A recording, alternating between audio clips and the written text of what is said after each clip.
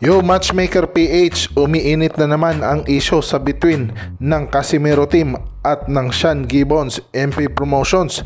Dito nga po ay dahil lang sa labanan ni Naoya the Monster Inoue at Janrel Casimero na pilit na niluluto ng magkapatid. At dito nga po ay masasabi natin na kampante ang dalawa na makukuha talaga nila ang bakbakang Inoue sa Japan.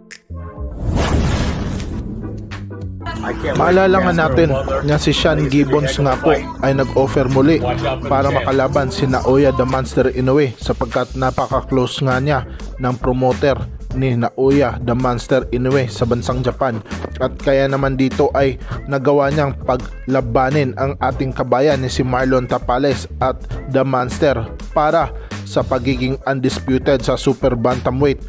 Kaya nga lang po ay naantala ito sapagkat nabugbog lang ang ating kabayan at hindi naging undisputed.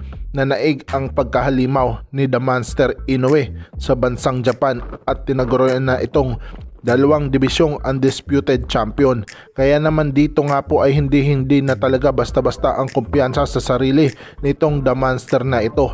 Kaya ano sa tingin nyo?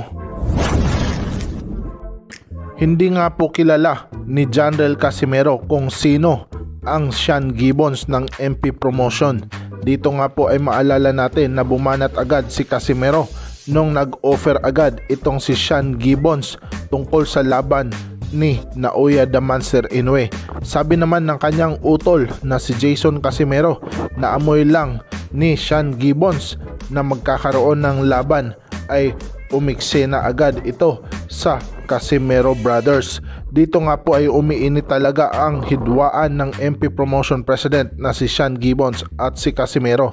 Ayon nga po kay Jason Casimero, hindi daw sila lalapit muli kay Sean Gibbons sapagkat kaya naman daw na kunin ang laban ni Naoya the Monster Inoue kahit sila lang at ang kanyang promoter na bagong hapon.